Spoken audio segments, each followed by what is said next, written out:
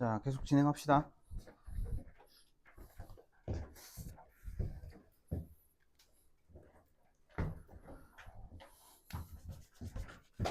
자, 이중차분법 세 번째 문단부터 다시 시작할게요.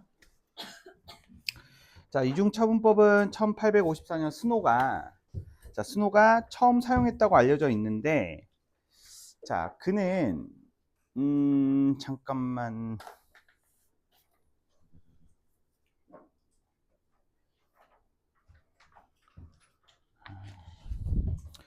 자, 두 소도 회사로부터 물을 공급받는 런던의 동일한 지역 주민들을 주목했대. 자, 여기서 14번에 4번 선택지 한번 볼게. 14번에 4번 선택지 선택한 친구들도 있었을 것 같은데, 자, 스노의 연구에 따르면 스노가 이중차분법에 대해서 최초로, 맞죠? 그 사건의 효과를 평가하는 방법을 만들어냈다고 이제 언급이 되어 있잖아. 자, 근데 여기서 이제 스노의 사례를 보시면, 자, 같은 수원을 사용하고 있는 두 개의 회사가 있어. 두 개의 회사가 있는데 회사 하나만 수원을 바꿨어. 이 회사 하나만 수원을 바꿨어. 그러면 여기서 수원을 바꿨다라는 내용을 뭐로 봐야 될 것 같아? 사건이 발생된 것으로 봐야 되겠지. 맞니?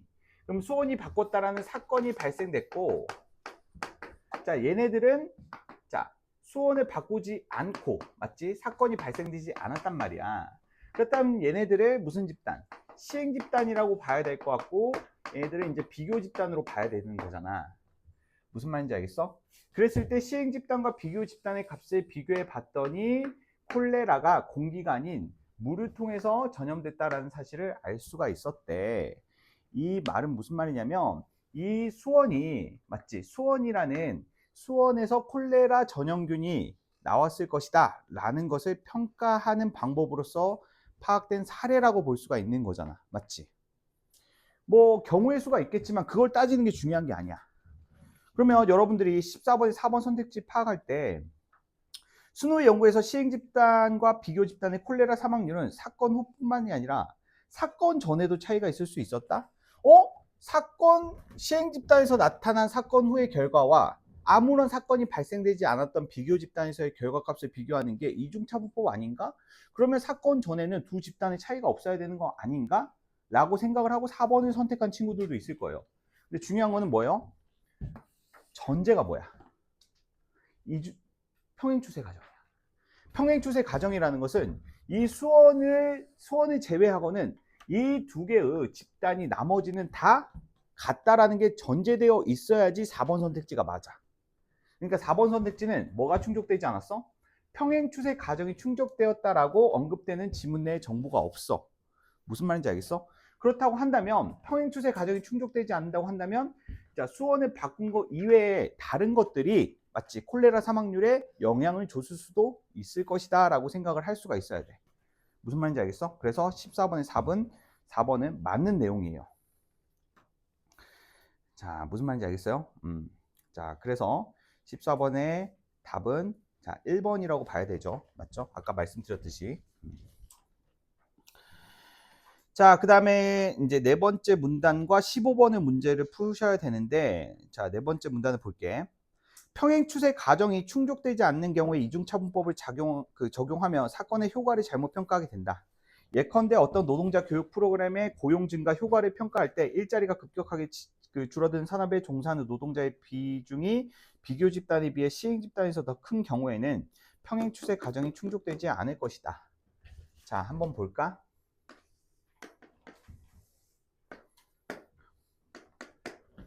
자, 그래프 문제는 우리가 6평 이후에, 자, 리트즘이나 이런 것들을 활용을 해가지고 많이들 접할 거라서 이제 그래프 사용법에 대해서 익숙해질 겁니다. 자, 보시면 X축은 이제 시간이라고 보시면 될 것 같고요. 자, Y축은 사건의 효과라고 평가를 해본다고 한다면, 자, 우리가 보통 펜을 하나만 사용을 하죠. 자, 그 실선을 시행 집단이라고 하고, 점선을 비교 집단이라고 가정해 봅시다. 맞죠? 자, 그리고 이 시간에 특정한 점을 t라고 설정을 하고 이 t를 사건이 발생되는 시점이라고 가정을 한번 해봅시다. 자, 보시면 원래는 평행 추세 가정이 충족된다라고 한다면 맞죠? 자, 시행 집단과 비교 집단의 사건 전에서의 시행 집단과 비교 집단에서의 특정한 사건의 효과는 동일해야 돼. 이게 평행 추세 가정이야. 근데 특정한 사건이 생겼어. 사건이 발생을 한다면 시행 집단에서는 맞죠? 사건의 효과가 비교 집단에 비해서는 이 빗금침 면적만큼의 크기의 효과가 나타나야 돼. 그래서 이 빗금침 면적만큼의 크기가 바로 사건의 효과라고 평가할 수가 있는 거야. 이 면적의 크기가 사건의 효과라는 것을 평가하기 위해서 전제되어 있어야 되는 것을 말 그대로 평행추세 가정. 이 사건의 유무 말고는 두 집단 간에 맞죠? 사건의 효과에 영향을 줄 수 있는 요인들은 다 통제되어 있어야 된다는 게 전제되어 있어야 돼.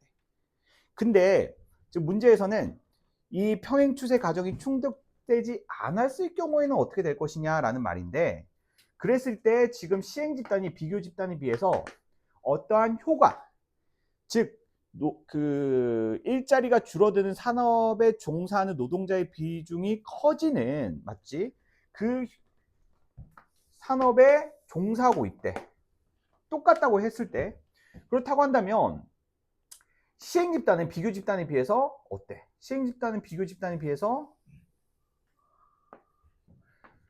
아무런 사건의 여부와는 상관없이 시행 집단은 비교 집단에 비해서 외부적인 요인에 의해서 사건의 효과가 떨어지고 있는 그 상황이었단 말이야. 무슨 말인지 알겠어? 그리고 비교 집단은 딱히 정보가 없기 때문에 맞죠? 어떠한 특정한 효과가 계속 유지되고 있는 상태였겠죠. 맞아? 그러한 상황에서 어떠한 사건 T가 발생했다고 하더라도 자, T가 발생을 했어. 자, T는 노동자 고용 프로그램이래. 노동자 고용 프로그램이라고 한다면 그 프로그램이라는 사건을 경험한 집단은 고용률이라는 효과가 올라갈 수밖에 없겠죠. 그러면 여기서 사건이 발생돼서 이 시행 집단에서의 효과가 올라간다고 할지라도 원래 평행추세 가정이 충족됐을 경우랑 비교를 해보면 맞지? 오히려 사건의 효과를 제대로 평가할 수가 없다라는 거야. 자, 지금 그래프가 지금 두 선으로 나눠져 있는데 자, 아래로 우하향하고 있는 것은 맞죠? 사건이 발생되지 않았을 때, 그리고 위에 있는 그래프는 사건이 발생이 되었을 때. 맞아? 시행집단 자체가 고용률이 감소하고 있는 산업에 종사하는 노동자들은 맞아? 시간이 지나면 알아서 지금 고용률이 계속 떨어지고 있는 상황이었겠죠.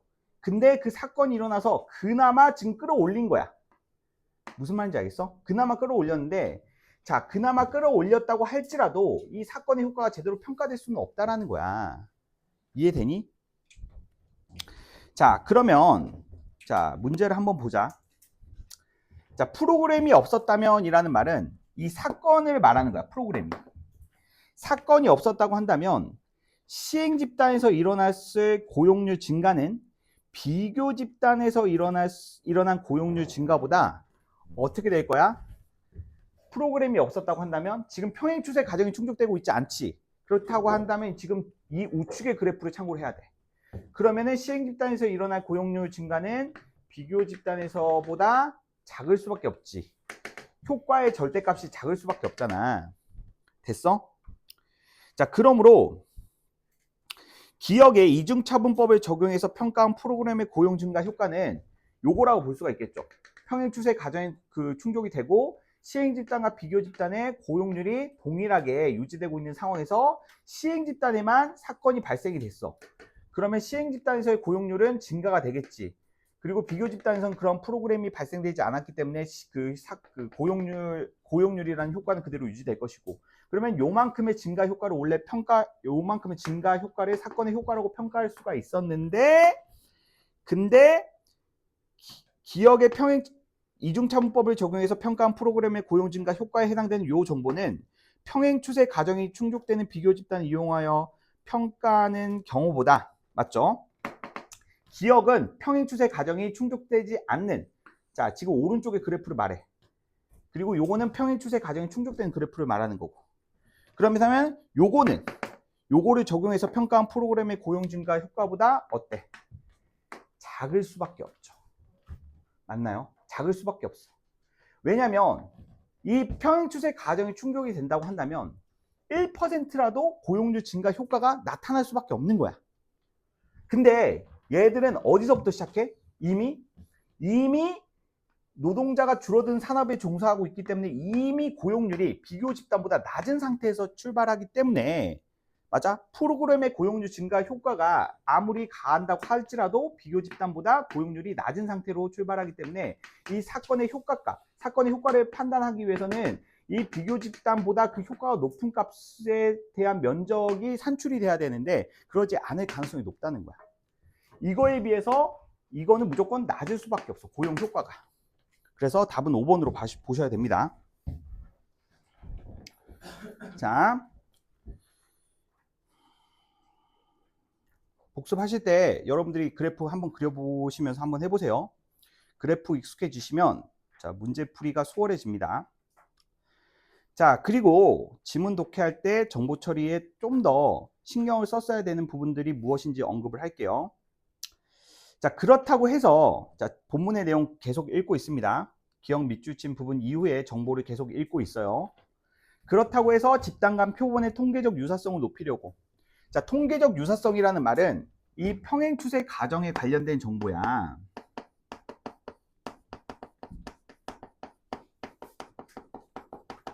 오케이? 이거 두 개는 같은 정보라는 것을 파악할 수가 있었을 것 같아요.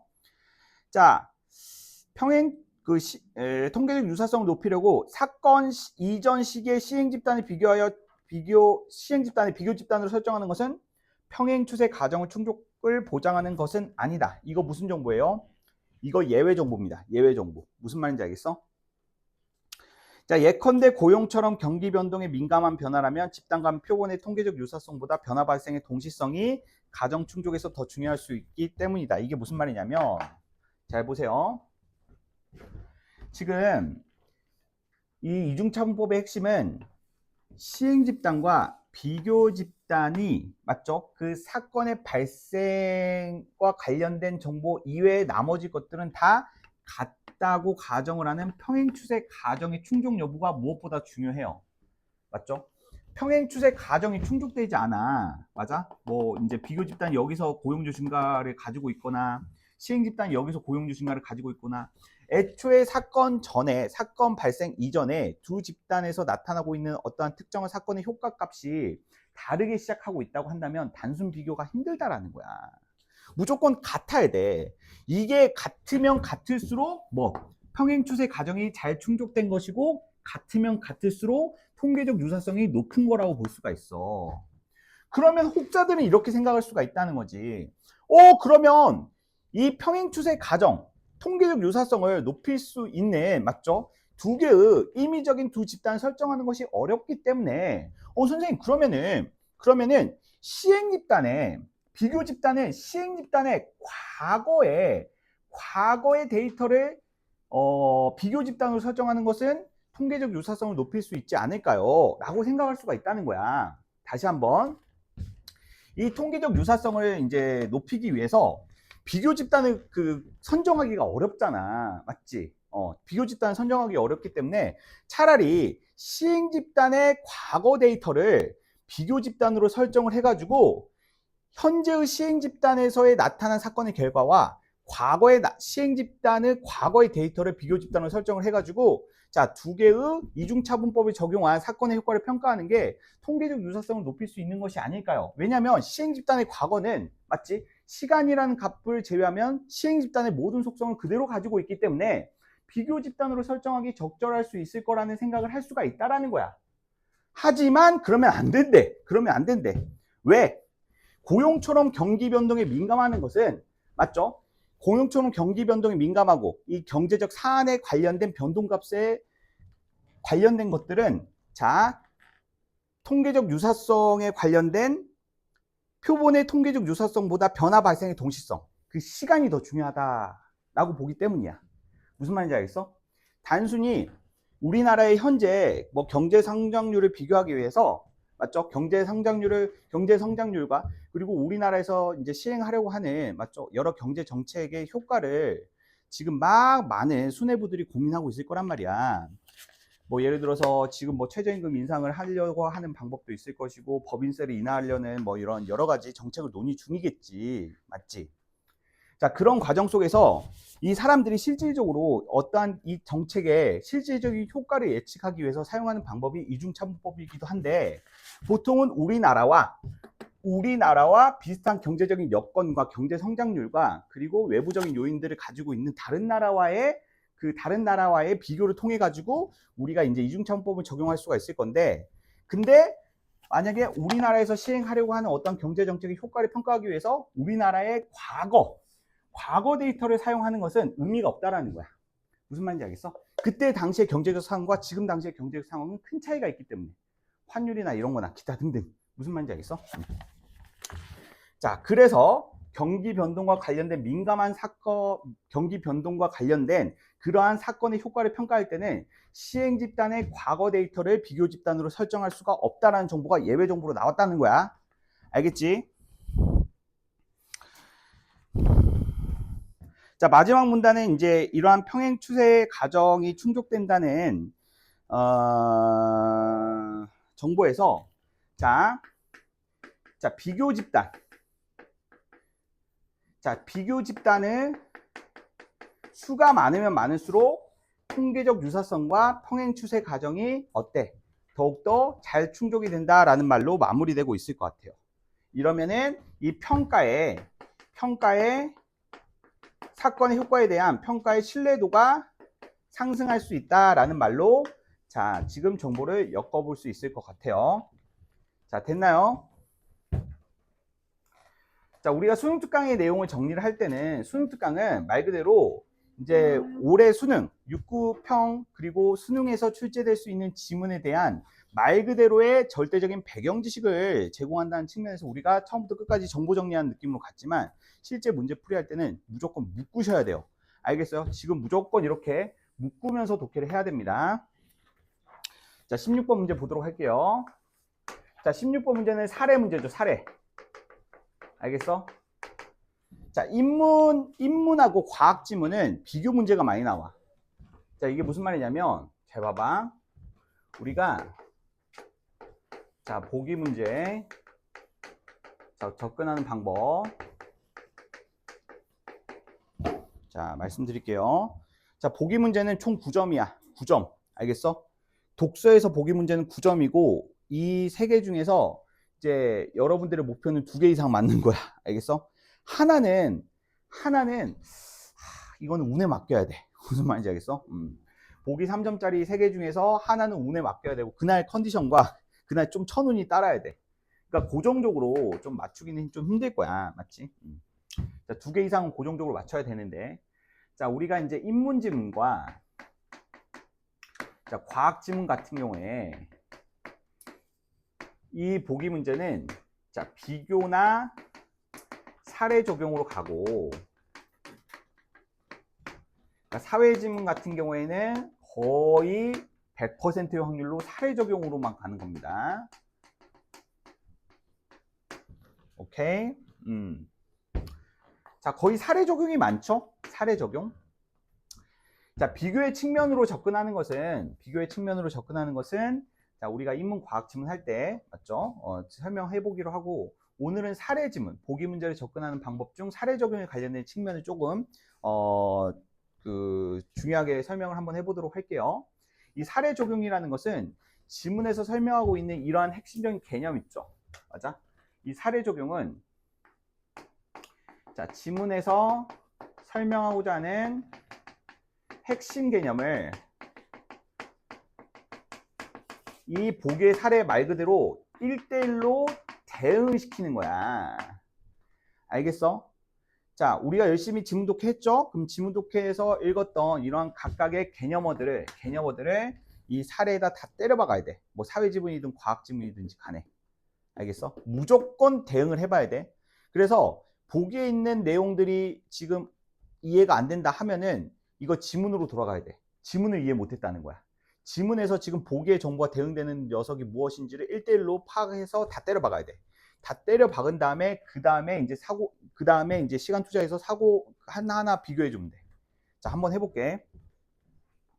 자, 보기 쭈르륵 읽어보니까 보기를 쭈르륵 읽어보니까 자, 비교 집단 뭐 이렇게 쭉 나오고 있죠. 자, 피주 저임금 식당, 그 다음에 피주 고임금 식당, 자, 그 다음에 큐주 식당이 나오고 있는데, 자, 고민할 필요 없어. 시행 집단이 어디야? 사건이 발생한 시행 집단 어디야? 자, 사건이 뭔데? 사건이 최저임금 인상이 사건이야. 무슨 말인지 알겠어? 최저임금 인상이라는 게 사건이고 그 사건이 발생한 집단이 어디냐 이거야. 피주 저임금 식당이야. 오케이? 자, 피주 저임금 식당은 문제 풀 때 그래서 반드시 얘네들 옆에다 시행 집단이라고 적어놨어야 돼. 이렇지 않으면 문제 풀 수 있는 확률이 10% 미만으로 떨어집니다. 자, 시행 집단이고, 자, 비교 집단 어떻게 설정해야 돼? 사건이 발생되지 않았으면 비교 집단이야. 얘네 둘 다 비교 집단이라고. 선생님, 얘네 같은 피주인데 왜 얘는 비교 집단이죠? 최저임금 인상이 안 됐대잖아. 이미 그 높은 급여를 받고 있어가지고. 이해되니? 자, 큐주는 애초에 그 정책이 시행되지 않았기 때문에. 맞죠? 자, 그럼 바로 보도록 하겠습니다. 1번부터 최저임금 인상 후의 시행 집단에서 나타난 변화는 사건 후와 사건 전을 비교해 봐야 되겠죠? 자, 이건 변화를 의미했어. 변화를 물어봤기 때문에 지금 변화에 관련된 그 표의 정보들을 그대로 대응시켜 보면 돼. 무슨 말인지 알겠어? 사건의 효과를 평가하는 게 아니라 그냥 시행 집단 내에서의 그냥 변화를 물어봤기 때문에 뭐 이거 이중차분법으로 접근해야 되는 것이 아니야 라고 하는 게 아니라 그냥 1대1로 대응해 보시면 돼요. 그럼 몇 명이야? 1.3명이죠. 자, 시행 집단과 비교 집단의 식당들의 종류나 매출액 수준 등의 특성에서 통계적 유사성이 높으면 높을수록 어때? 평행 추세 가정이 충족되므로 평가에 대한 신뢰도가 높아지겠다. 맞죠? 요 정보들은 뭐 그렇게 크게 어렵지 않았을 것 같아요. 자, 3번, 4번, 5번이 좀 어려웠겠죠? 3번, 비교 집단의 큐주 식당들로 택해 이중차분법을 적용하면 시행 집단에서 최저임금 인상에 따른 임금 상승의 고용 효과는 3.4명 증가로 평가된다. 자, 그 이중차분법에서의 사건의 효과를 평가하기 위한 요 식을 그대로 대응을 해봅시다. 시행 집단의 결과가 몇 명이었어? 1.3. 자, 그 다음에 비교 집단은 뭘로 설정했어? 큐주로 설정했어. 큐주의 변화값은 2.1명이야. 그러면 1.3명에서 2.1명은 빼주면 되겠지. 맞아? 마이너스 플러스가 되니까 1.3 플러스 2.1이 되는 거야. 그래서 3.4가 되는 거겠죠. 맞나요? 그러니까 중요한 건 여기에 빼기 기호가 있기 때문에. 맞지? 비교 집단의 변화값이 음수값이기 때문에 맞죠? 더해지는 결과값이 나오네요. 자, 요게 요러한 메커니즘으로 푸는 문제가 지금까지 2번 나왔거든. 이중차분법에 관련된 문제에서 나왔고 예전에 2019학년도 3월 그 학력평가에서 그 역법지문 아세요? 졸라 어려웠던 역법지문. 그 가감차 방식으로 태양과 달의 실제 거리를 계산하는 그 문제가 나왔었는데 그 문제에서도 자, 이 음수가 양수화 되는 개념으로 절묘하게 답을 만들어냈는데 그거는 나중에 한번 할 겁니다. 그거는 진짜 괴랄한 지문이어가지고 8월 달쯤에 할 거예요. 자, 여튼지 간에 자, 4번 볼게요. 비교 집단의 변화를 피주 고임금 식당들의 92년 1년간 변화로 파악할 경우보다 시행 집단의 91년에 1년간 변화로 파악할 경우에 더 신뢰할 만한 평가를 얻는다. 자, 지금 선지가 바로 이해되는 경우도 있고 이게 선지 도대체 무슨 말이야? 라고 생각되는 부분이 있을 거야. 무슨 말인지 알겠어? 자, 이랬을 때 요거를 기억해. 우리가 이게 마지막 문제잖아. 맞지? 마지막 문제야. 이제 더 이상 우리가 지문에서 읽었던 정보를 더 활용할 만한 문제는 없어. 선생님 17번 문제가 있잖아요. 17번은 무슨 지문에 정보 가지고 적용하는 문제가 아니지. 자, 그랬을 때 이걸 생각을 해야 돼. 모든 평가원에서 모든 정보는 어떻게 된다? 활용이 된다라는 것을 생각을 해줘야 돼. 됐어? 이게 마지막 팁이야. 이게 마지막 팁이라고. 잘 봐봐. 평가원은 문제를 정말 잘 만들어. 이 말은 뭐냐면 평가원 지문에서 언급됐던 정보들은 어떤 식으로든 다 사용이 된다는 거야. 사용이 돼. 알겠어? 그러면 우리가 지금까지 16번의 3번 선택지까지 오면서 사용하지 않았던 정보는 뭐였어? 아까 전에 읽었던 예외 정보였어. 맞지? 그거 대응시켜야 돼. 그거 대응시켜야 된다.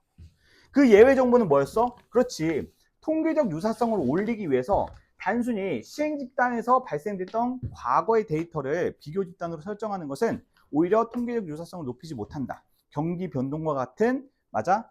이러한 민감한 사안을 다룰 때.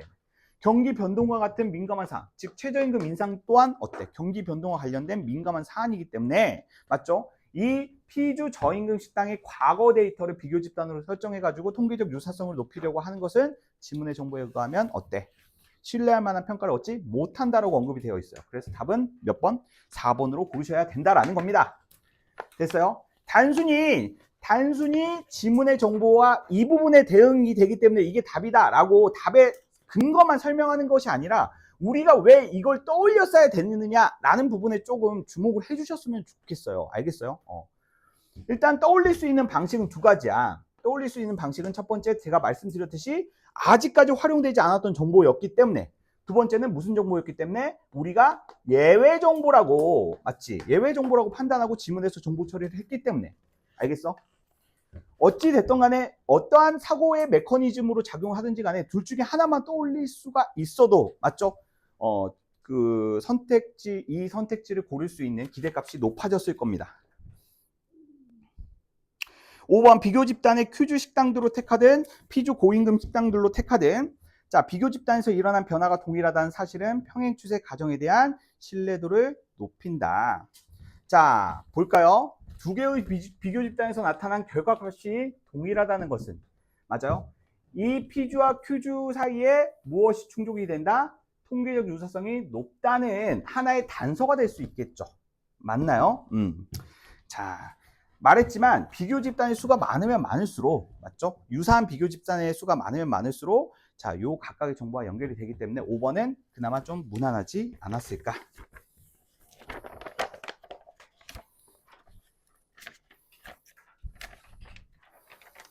자, 30페이지. 자, 30페이지 접어주시고,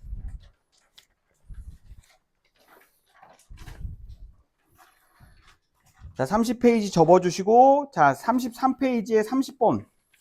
자, 33페이지에, 죄송해요. 자, 30페이지 접어주시고,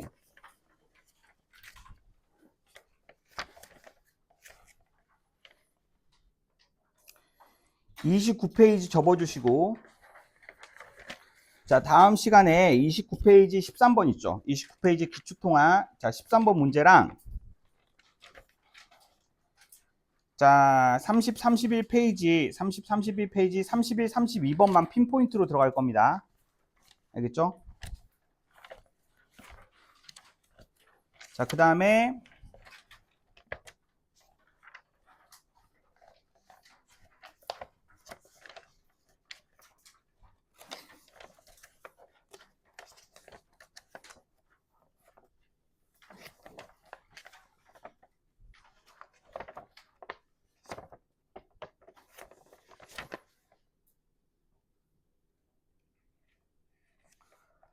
과학 지문은 클라이버의 기초 대사량, PCR, 메타버스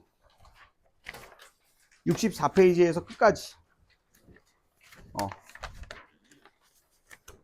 요 세 지문 풀어오세요. 알겠죠? 풀어오셔야 됩니다, 무조건. 수업 시간에 프리 시간 안 줘요. 단지 풀어오시고, 푸는 시점은 목요일, 금요일, 맞죠? 수업 이틀 전부터 해가지고, 좀 미리 푸시지 마시고, 맞지? 어느 정도 지문에 기억 날 만한 목요일이나 금요일에 푸시길 바랍니다. 자, 고전산문 꺼내보세요. 자, 고전산문 오늘 한 4지문 정도 정리하겠습니다. 자, 출제 가능성이 높은 지문 위주로 갈게요. 고산 올.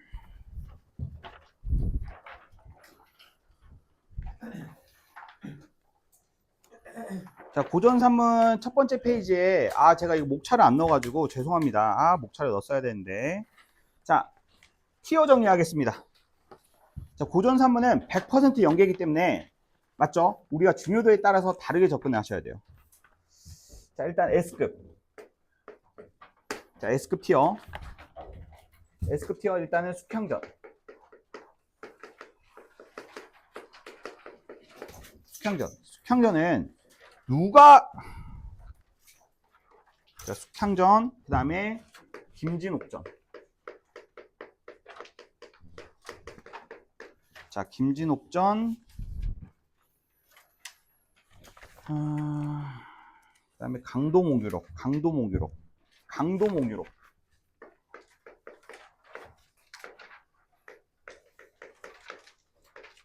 그 다음에 정진사전.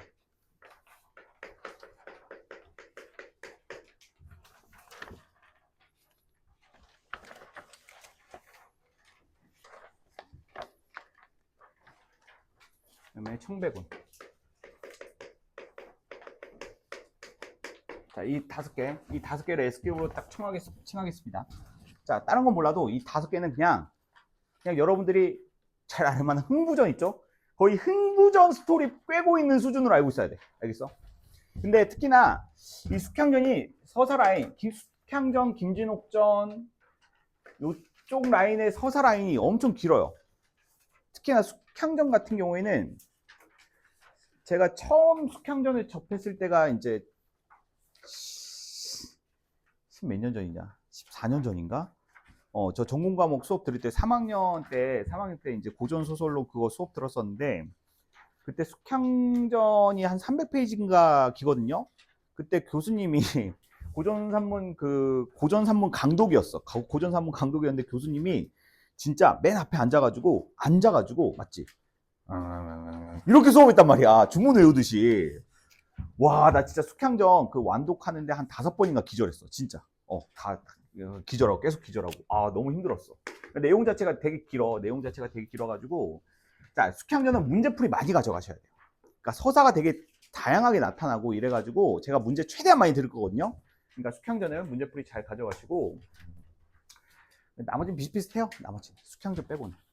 자, 제가 개인적으로는 김진옥전이 수능에 나올 것 같아요. 김진옥전이 이제 수능에 나올 가능성이 매우 크고, 숙향전은 6월 아니면 9월, 요때 이제 나올 가능성이 클 것 같아요. 맞죠?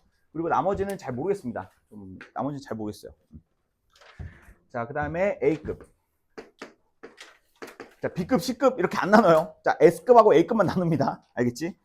이게 무슨 자, 채생기후.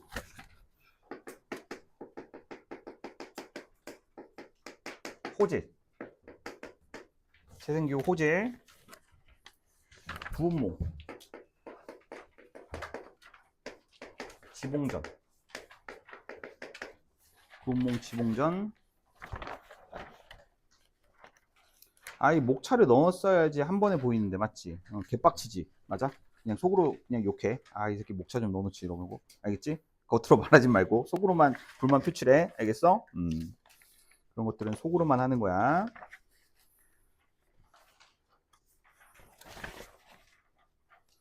천수석 됐죠. 그 다음에 천수석. 자, 요 정도로 하겠습니다. 요 정도.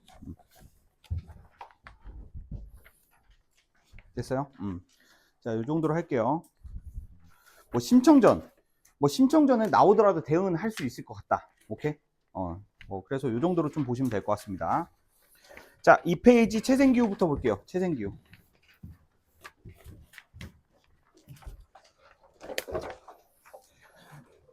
자, 2페이지 채생기후. 자, 전체 줄거리 좀 한번 읽어보시겠어요? 자, 한 2분 드리겠습니다. 전체 줄거리 한번 쭉 읽어보세요. 자, 전체 줄거리 어딨냐? 이 페이지에 대봉체 칠판 해가지고 오른쪽에 이제 붙어 있죠. 채생기호. 오케이? 채생기호.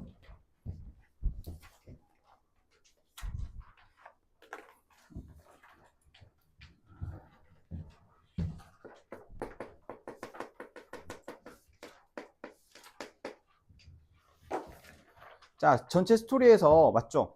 주인공에 관련된 인물과 주인공과 같은 편이라고 생각되면 동그라미 해주시고, 자, 뭔가 사건 진행에 방해가 되는 빌런에 해당되는 인물은 세모 한번 해보시기 바랍니다.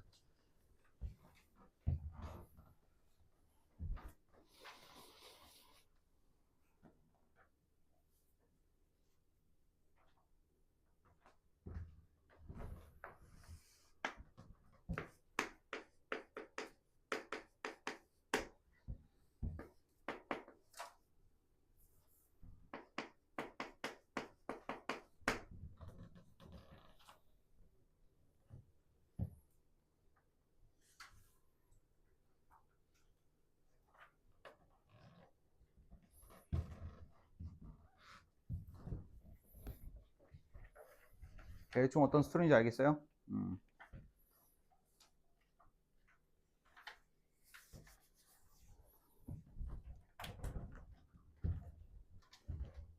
이거 봐.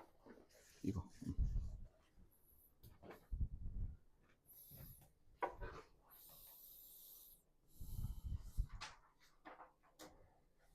자, 누가 빌런인 것 같아? 읽어보니까. 누가 빌런인 것 같아? 그렇죠. 아버지가 빌런이야. 아버지가 빌런이야. 자, 소설은 서사를 자세하게 정리한다기보다, 맞죠? 자, 포인트가 되는 부분들. 자, 두 가지로 이제 요약해서 정리할게. 첫 번째는 갈등 양상. 자, 두 번째는 특징이야. 자, 고전소설 읽을 때는 제가 수업 때도 말씀드렸지만, 보기에서, 맞죠? 보기에서 갈등, 인물 양상 이런 것들 다 이제 그 초점화 시킨 다음에, 그 다음에 읽기 전에, 자, 표시를 해가면서 읽으라고 제가 이제 말씀드렸어요. 맞죠? 고전 산문은 제가 따로 저저번 시간인가 1시간 이제 진행을 했는데, 혹시 뭔 말인지 모르겠다 싶으시면은, 맞죠? 강의 영상 다시, 자, 찾아보거나 저한테 요청하세요. 언제 건지. 자, 이 작품에서 이제 갈등을 뭘로 봐야 되냐면, 혼사장애 모티브가 나타나. 이제 고전 소설에서는 다 비슷비슷하거든. 이야기에서 쓰이는 소재들이. 맞아? 혼사 장애는 딱 봐도 무슨 장애를 말한다는 거야. 두 남녀 중심 인물의 결혼 과정에서 누가 등장한다는 거야? 방해자가 등장한다는 거야. 이 혼사 장애 모티브에서 방해가 되는 요소는 바로 뭐야? 주인공의 아버지, 맞지? 주인공의 아버지, 주인공이 채생의 자, 아버지가 자, 무엇으로 나온다? 자, 빌런으로 나온다라는 거야. 왜 방해하는 거야? 왜? 무엇 때문에? 무엇 때문에 방해하는 거야? 며느리 생긴 게 마음에 안 들어서? 왜 방해하는 것 같아? 바로 양반이라는 관념 때문에 그래. 관념. 맞아? 이 관념. 이 작품에서 언급하고자 하는 것은 이 관념적 사상인 건데, 맞지? 그러니까 채생의 아버지의 신부는 바로 뭐야? 그렇지, 몰락 양반이야. 자, 몰락 양반이라는 키워드는 바로 이 사람이 무슨 인물이냐면, 쥐뿔도 없는데 뭐만 남아있다? 자존심만 남아있는 상황인 거야. 막 그래도 내 양반인데, 내 돈이 없어도 그래도 양반인데, 아무리 그래도 돈이 많다고는 하지만, 이 상대편의 집안의 신분이, 맞지? 양반 신분이 아니기 때문에, 맞아, 계속 반대를 하는 거잖아. 몰락 양반이 가지고 있는, 자, 구시대적인 가치관.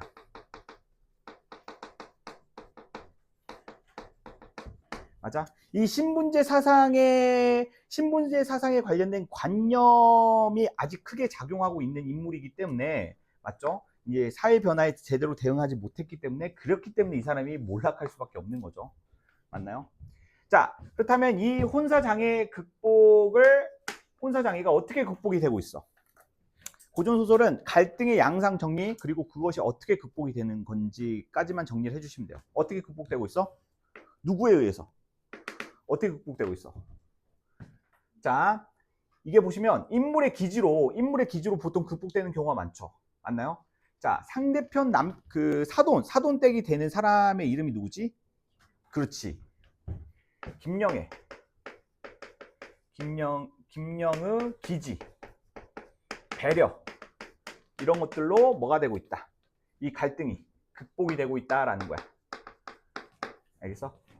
갈등의 극복 요인은 한 개인의 노력으로 인해서, 맞죠? 한 개인의 노력으로 인해서 기지가 극복되고 있다. 이렇게 볼 수가 있을 것 같아. 무슨 말인지 알겠어? 자, 여기서 보시면 특히 뭐 딱히 특징이라고 잡을 거는 없는 것 같아요. 맞죠? 특징이라고 잡을 만한 것들은 없는 게 뭐냐면, 자, 이 작품 특징이 없는 게 특징이야. 엥? 이게 무슨 말이냐면, 자, 그 기타 다른 고전 소설에서 나타나는 고전 소설의 전형성, 이게 나타나지 않는다. 뭐 제자가인형 인물이 나타난다든지, 뭐 아니면은 조력자의 도움을 받는다든지, 초월적 존재가 등장한다든지, 이러한 식의 전형성이 등장하지 않아. 전형성이 등장하지 않는다는 말은 무슨 말인지 알아? 이 말은 뭐냐면, 이 소설은 전형성보다는 사실성이 부각되는 소설이라는 거야. 사실성이 부각된 소설이라고 한다는 것은 바로 뭐냐면, 그때 당시의 사회 현실이나 이런 것들을 보여주는 데 초점이 맞춰져 있다라는 거야. 무슨 말인지 알겠어? 자, 사실성은 당시 사회적 현실이나 분위기를 드러내는데 초점이 맞춰져 있다라는 거야. 이런 소설이 뒤에서 강도목욕록에도 나오거든요. 맞아요? 그러니까 고전 소설에서 비현실성이 강하거나, 맞지? 비현실성이 강하면 핍진성이 떨어져요. 핍진성이라는 건 개연성이거든. 맞아? 현대 소설에서 강조하는 그런 개연성의 정도하고 고전 소설에서 강조하고 있는 그 우연성의 정도는 정확히 반비례 관계에 있는데, 되게 비현실적인 요소가 많이 나오면 나올수록, 맞죠? 사실성이 많이 떨어지는 건 당연한 거지. 그러니까 고전 소설의 전형성은 기본적으로 고전 소설이 되게 환상적인 요소로 환상적이고 전기적, 즉 비현실적인 요소로 많이 쓰여졌잖아, 대부분의 작품이. 그런 것에 비해서 이 작품은 되게 주인공도 어때? 좀 무기력해. 맞아? 그냥 멸치란 말이야. 막 무기력하고 막 이리저리 막 휩쓸려 다녀. 그런 부분들을 봤을 때 이 작품은 어떤 특정한 인물이 위기를 극복하는 과정에서의 그 위기 관리 능력이나 이런 것들에 초점을 맞춘다기보다는 이때 당시의 사회적 현실과 분위기, 되게 현실적이잖아. 맞아? 이때 당시에 조선 후기에 몰락한 양반은 진짜 쥐뿔도 없는데 자존심만 남아가지고 떽떽거리고 있었고, 맞지? 그리고 김영과 같은, 맞죠? 그 신분은 낮지만, 맞아? 사회적 변화로 인해 가지고 많은 재산을 축적한 사람이 사회의 주도 세력으로 성장하고 있었다라는 그때 당시의 사회적 분위기를 이 소설에서는 잘 보여주고 있다라는 거야. 그리고 그러한 인물을 되게 긍정적으로 바라보고 있지. 맞아? 긍정적으로 바라보고 있다라는 것 자체는 뭐냐면, 이런 식으로 바뀌고 있는 사회적 분위기에 대한 시선도 보여주고 있는 거야. 무슨 말인지 알겠어? 자, 요 정도만 보고 넘어가도록 하겠습니다. 자, 다음 작품.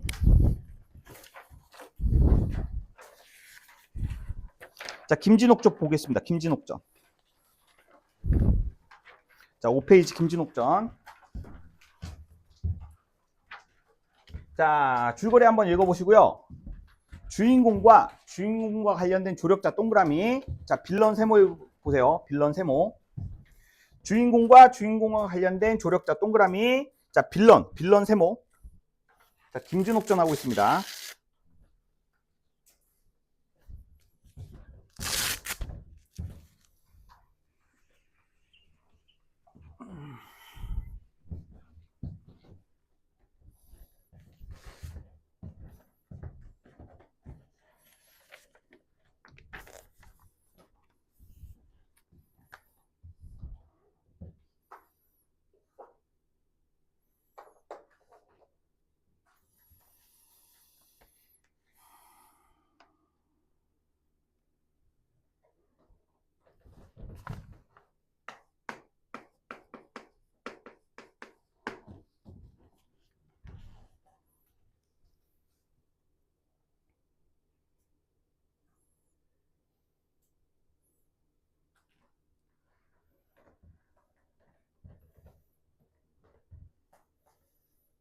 천천히 읽으세요. 천천히.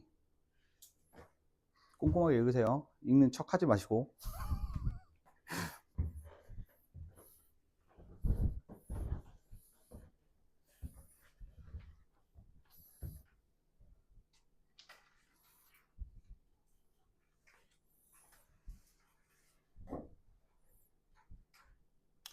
자, 보겠습니다. 자, 갈등의 요소. 자, 갈등의 양상.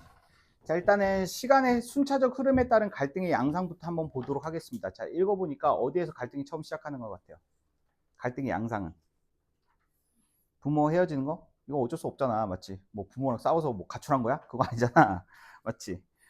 자, 여기서 보시면 황제, 맞죠? 황제가 진옥에게 공주와 결혼할 것을 명하고, 맞지? 야, 너 내 사위가 되라. 뭐 이런 식으로 강제로 이제 황제의 사위인 부마로 삼으려고 했는데 김진옥은 의리를 지키는 모습에서 뭐가 나타나? 그렇지. 여기서도 혼사장애 모티브가 나타나죠. 혼사장애 모티브. 자, 이건 넘버링 해줄게요. 혼사장애 모티브.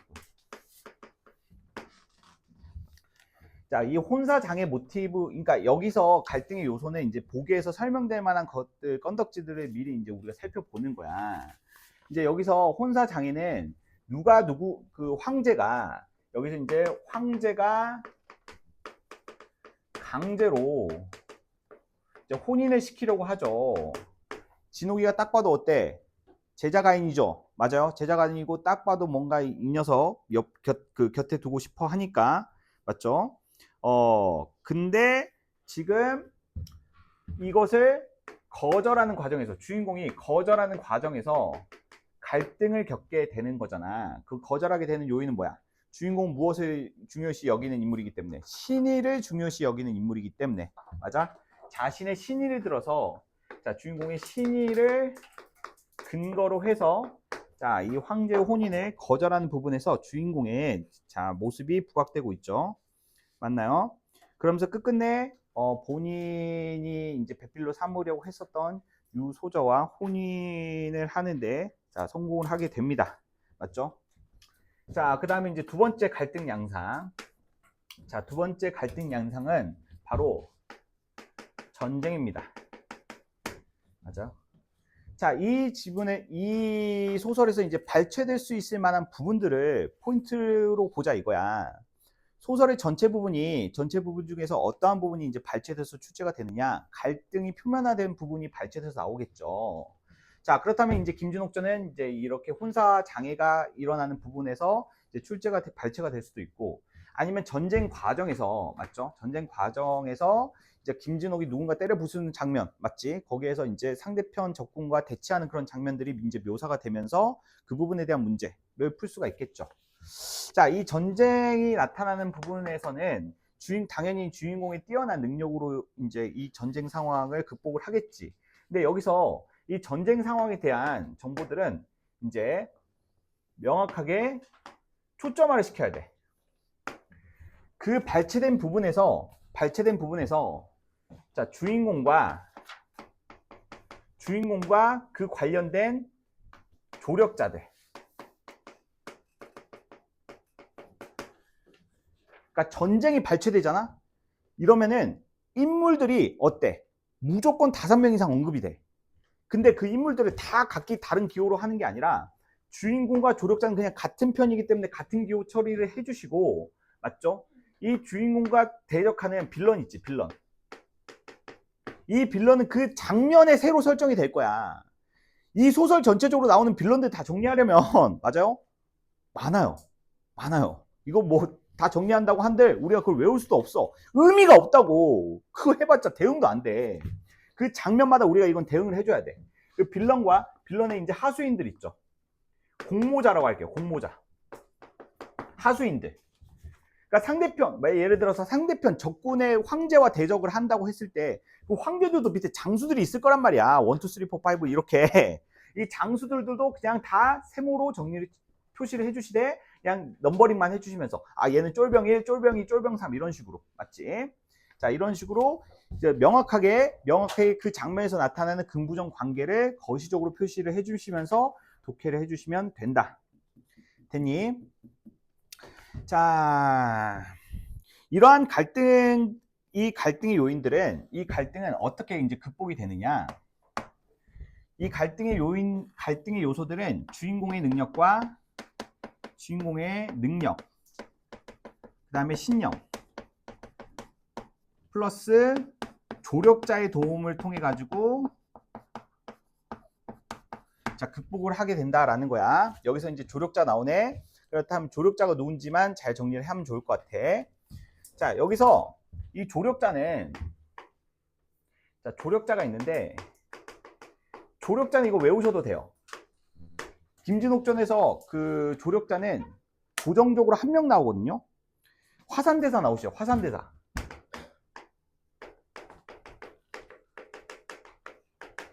화산대사가 작품 전체적으로 진짜 그냥 쌉캐리합니다.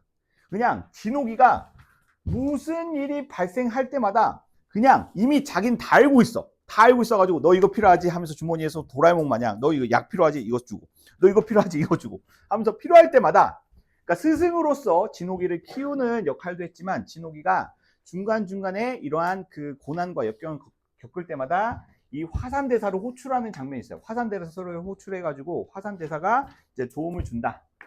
근데 화산대사 딱 봐도 그냥 초월적 존재라는 것은 뭐 어렵지 않게 파악할 수 있을 것 같아요. 맞죠?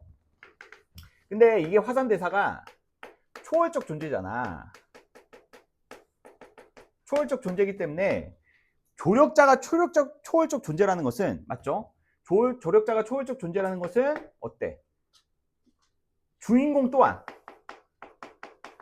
주인공의 전생 또한 무슨 존재였다는 거야? 초월적인 존재였다는 거야. 무슨 말인지 알겠어? 그렇기 때문에 이 작품은 이제 뒤에 특징에서도 이제 언급을 하겠지만 적강 모티브가 쓰였다는 것도 특징이에요. 근데 적강 모티브가 쓰였다는 것 자체에서 적강된 사실 자체는 언급되지 않아. 그거 낼만한 게 없어.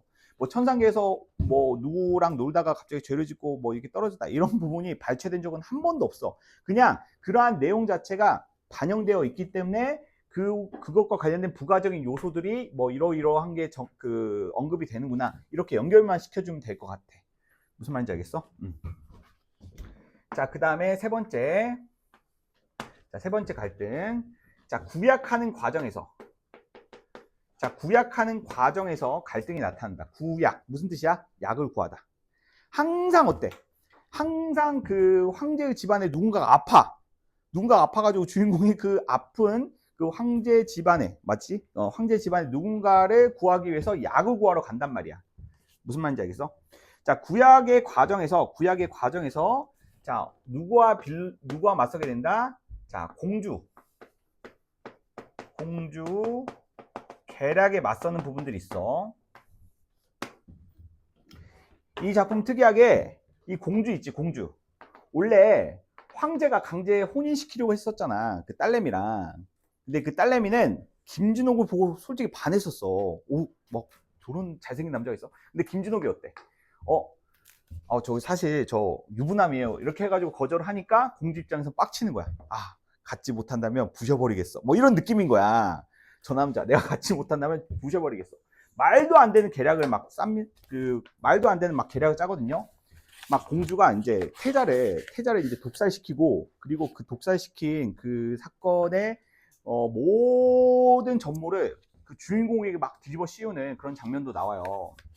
자, 그래서 이 작품에서는 이 공주가 빌런으로 나온다. 이렇게 생각을 해보시면 될 것 같고, 이 공주의 계략이라는 그 갈등 극복 과정은 자, 어떻게 이제 극복이 되냐면, 이제 여기서는 조력자의 도움으로 극복을 하는 서사가 핵심이라고 볼 수가 있을 것 같아.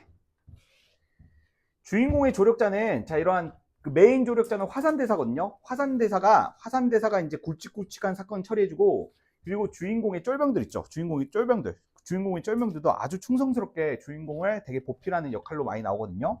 그래서 이러한 조력자들을 통해서 이제 극복을 하게 된다. 오케이. 이 전쟁에 대한 부분들은 주인공의 능력으로 좀 극복되는 부분이 있어요. 맞죠? 한 칼에 썰어버리고 막 이래가지고. 자, 그 다음에 이제 특징 볼게요. 특징. 이 작품은 아까 말씀드렸듯이 무슨 모티브가 쓰였다? 그렇지. 적강 화소가 쓰였다. 적강. 자, 적강화소가 쓰였기 때문에 주인공은 원래 무슨 존재였다? 초월적인 존재였다 라는 사실이 이제 기본 패시브로 장착되어 있는 거야. 무슨 말인지 알겠어? 적강 모티브. 그러니까 적강이 되었을 때는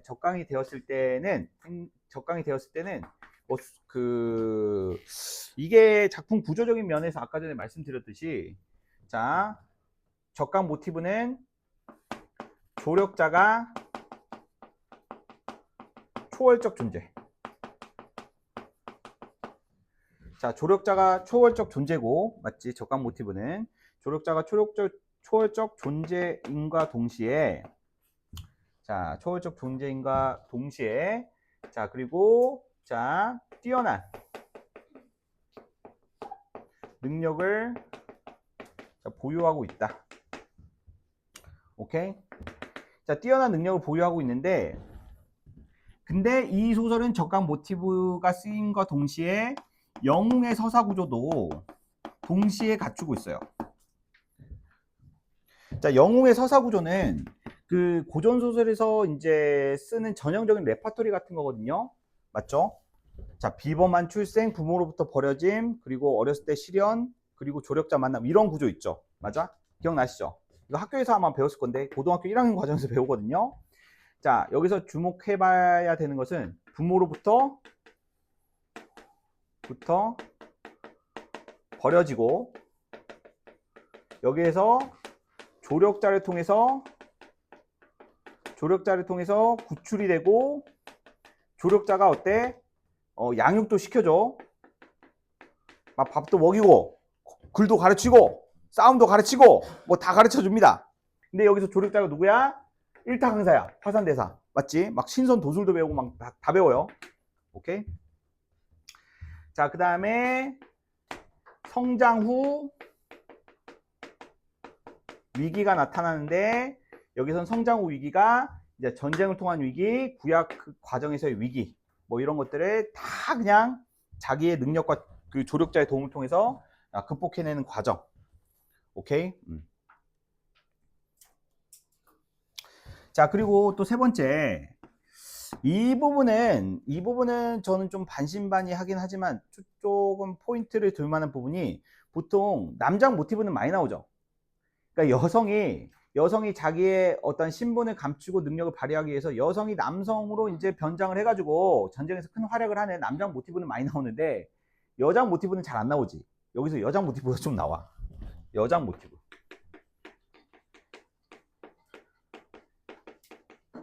자, 여장 모티브는 이게 잘 다루어지지 않는 거거든.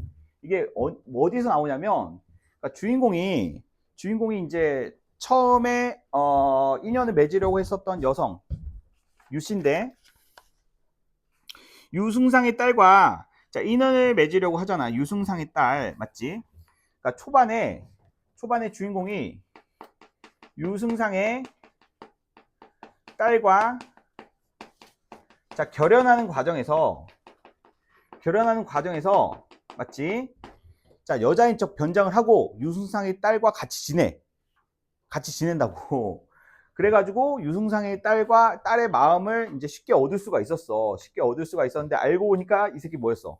남자였다는 거야. 그래서 이제 당황을 했지만, 근데 여장이 가능했다는 것은 무슨 말이야? 그만큼 남자임에도 불구하고 미모가 뛰어났다는 말이겠지. 맞아? 그 이후의 서사는 생략한다. 그러니까 잘생긴 게 최고야. 맞지? 자, 오케이. 그 정도 서사가 나오는데, 그리고 또 네 번째. 자, 네 번째. 자, 초월적 존재와의 대결. 존재와 대결 구도가 나타나는 거.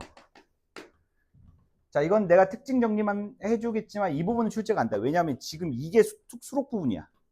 지금 초월적 존재와 대결하는 부분이 지금 그 김준옥전에 수록되어 있는 수록 부분인데, 자, 용왕과 맞닿아 뜨는 부분이 있거든요. 용왕과의 혈투가 나타나는 부분이 있어. 여기서 이제 용왕은 이제 재작년 수능에서 나왔던, 맞죠? 재작년 수능에서 나왔던 그 고전 소설에서 그 악귀 퇴치설화 있죠. 그것과 약간 좀 맥락이 맞닿아 있다. 초월적 존재가 막 도술도 부리고 막 그런 초월적 그 도술 부리는 초월적 존재와 비등비등하게 싸우는 주인공의 모습을 제시함으로써 주인공의 능력이 또 부각되는 그런 부분도 있다고 보시면 될 것 같아요. 자, 그 정도로 포인트 잡고 관련된 문제 풀어보시면 될 것 같습니다. 제가 드린 엔제 김윤옥전이나 여러 수업 때 하는 작품들 수록되어 있으니까 맞죠? 문제 풀어보세요.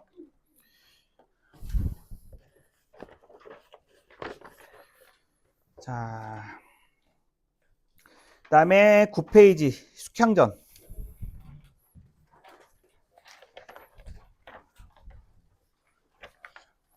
아니다, 그 강도몽유록부터 하자. 강도몽유록이 시간이 덜 걸리니까 강도몽유록 하고 숙향전 하겠습니다. 15페이지 강도몽유록.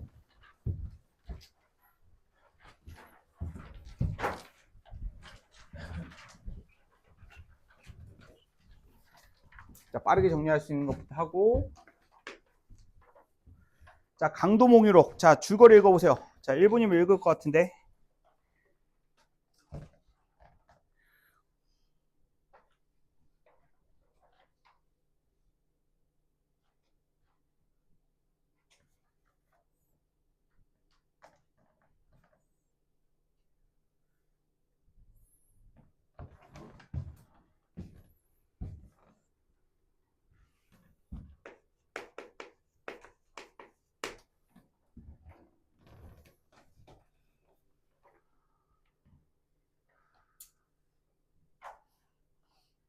자, 보세요.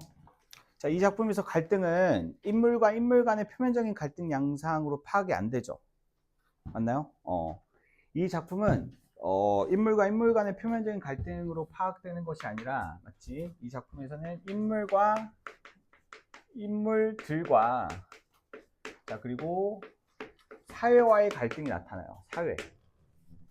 무슨 말인지 알겠어? 그러니까 인물들이 이 사회 구조에 의해서 어쩔 수 없이 피해보고 희생을 당한, 자, 그런 내용이 갈등의 주 원인으로 지목받고 있습니다. 자, 보시면 아시겠지만 이 사회가 갈등의 한 축을 담당하고 있는 것은 조금 확장해서 봐야 되는데, 자, 이 사회는 무능력한 지배층이라고 봐야 돼요.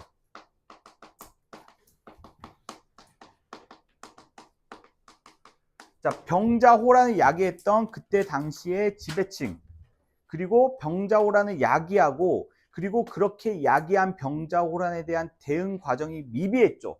맞나요? 그래서 수많은 사람들이 그때 당시 희생을 당했고, 그 희생당한 사람들 중 강화도에 살았던 사람들 있죠.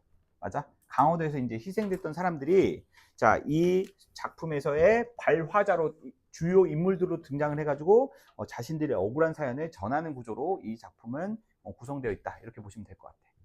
인물들은 역사적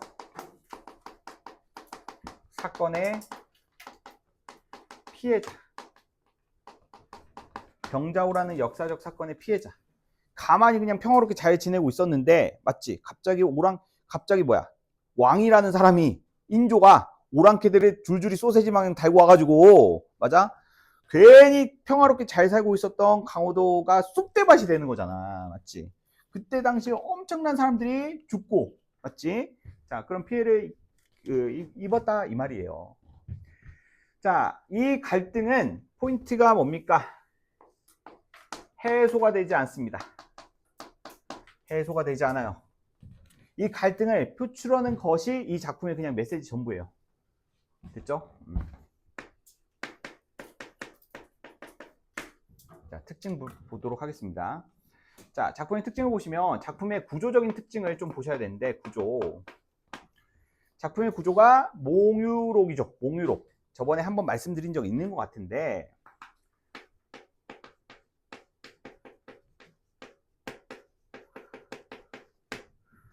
자, 몽유록의 구성을 취하고 있다. 자, 몽유록의 구성이라는 것은 바로 뭐냐면, 현실,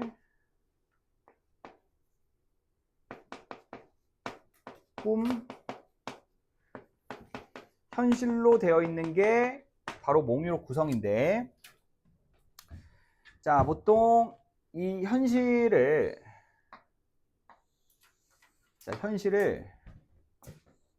외부 이야기라고 하고요. 맞죠? 자, 이 꿈을 무슨 이야기? 내부 이야기라고 하는데, 자, 이 몽유록은 특징이 뭐냐면 현실에서의 이야기 전달자와 꿈에서의 이야기 전달자가 동일해요. 맞죠? 자, 현실의 주인공과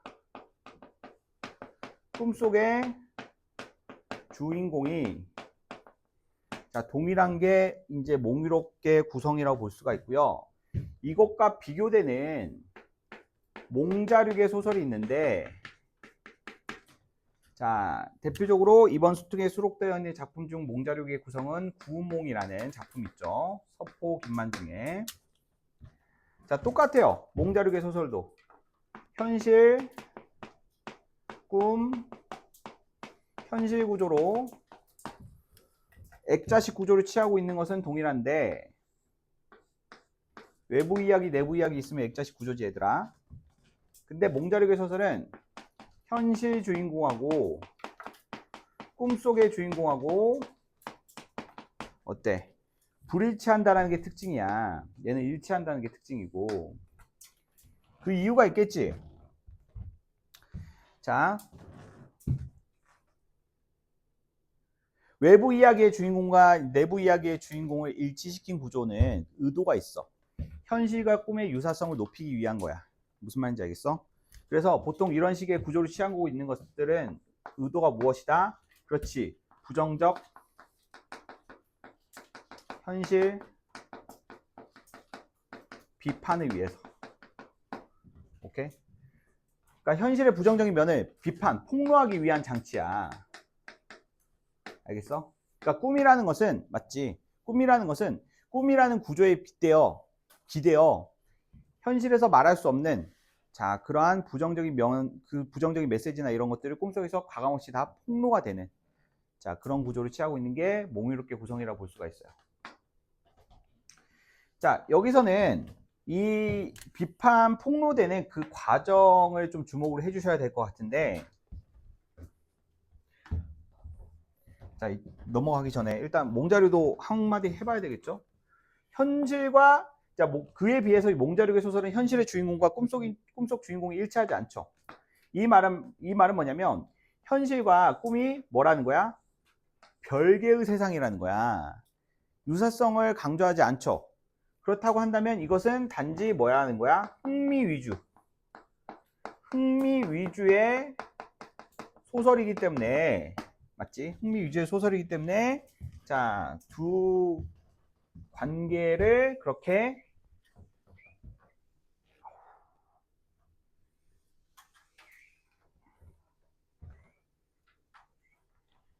밀접하게 설정하지 않았다. 이렇게 보시면 될 것 같아요. 자, 몽유롭게 구성의 대표적인 작품은 운영전 있습니다. 운영전. 그 다음에 원생 몽유록도 있고요. 원생 몽유록.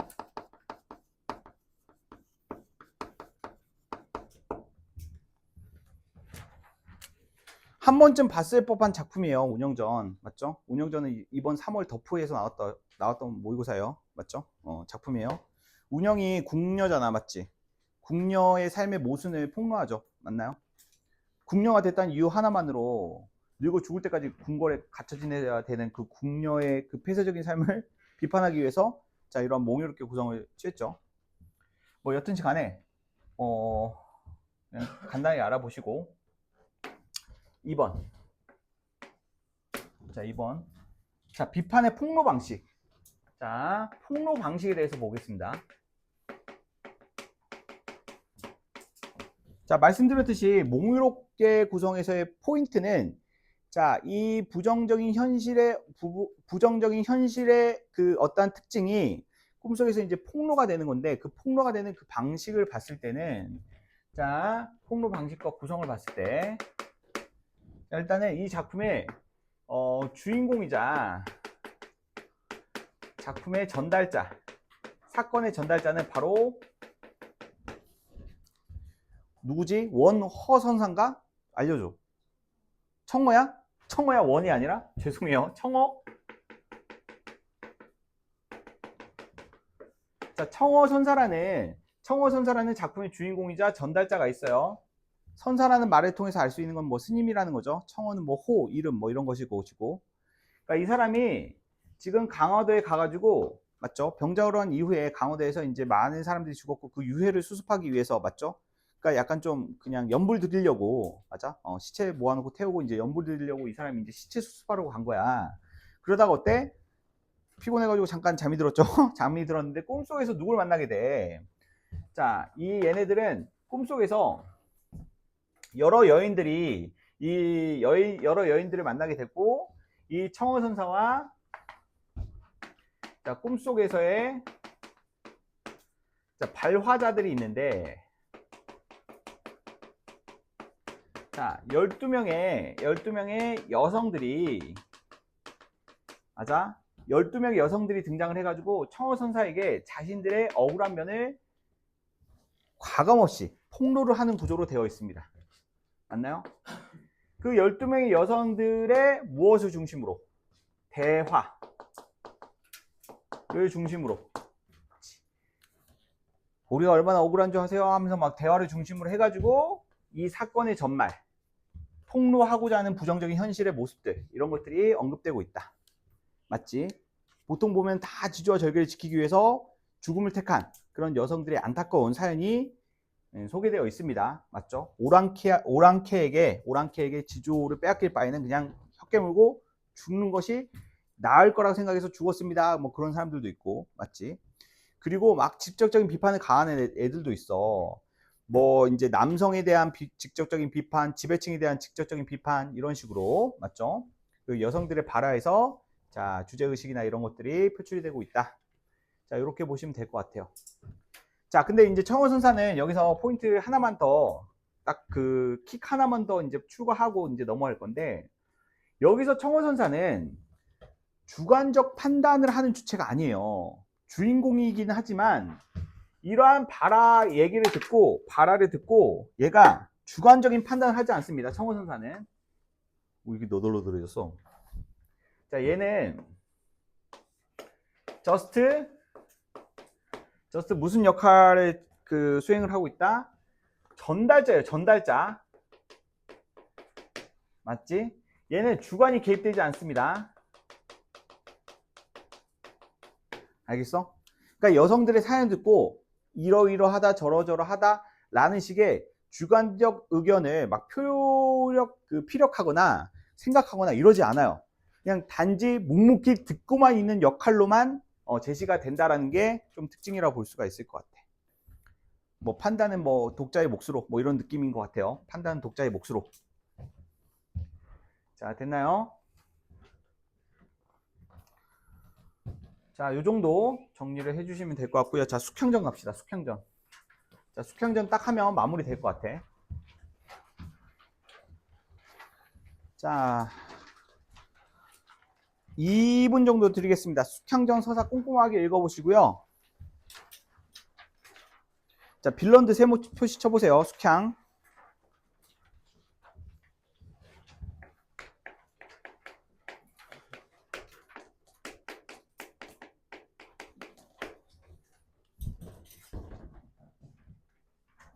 자, 중심 인물은 숙향하고 이선입니다. 둘 다 동그라미 표시해도 좋아요.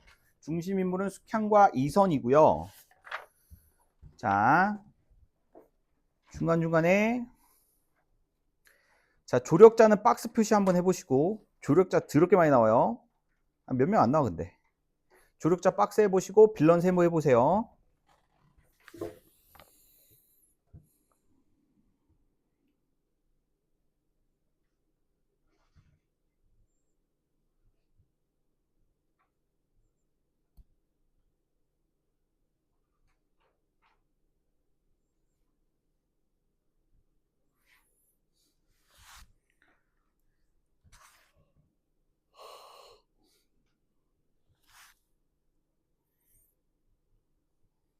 자, 천천히 읽으세요. 천천히 꼼꼼하게 읽으세요. 자, 시간 넉넉하게 드릴 테니까.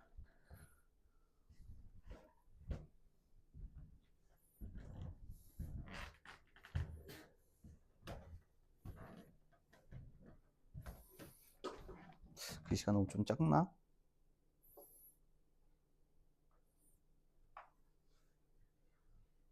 일부러 작게 한 거야. 집중해서 읽으라고. 작으면 막 집중해서 보게 되잖아. 맞지? 어때? 가스라이팅 잘하지?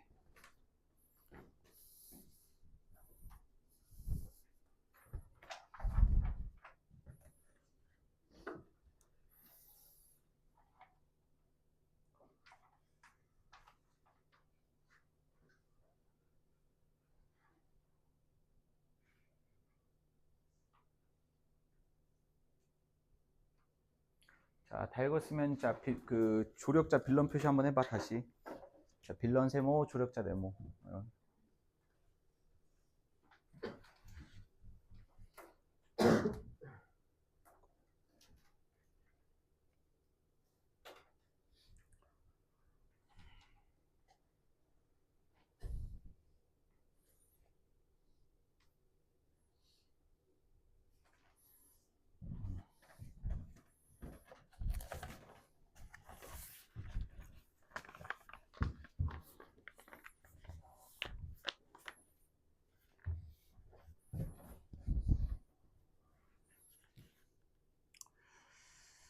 자, 보자 얘들아.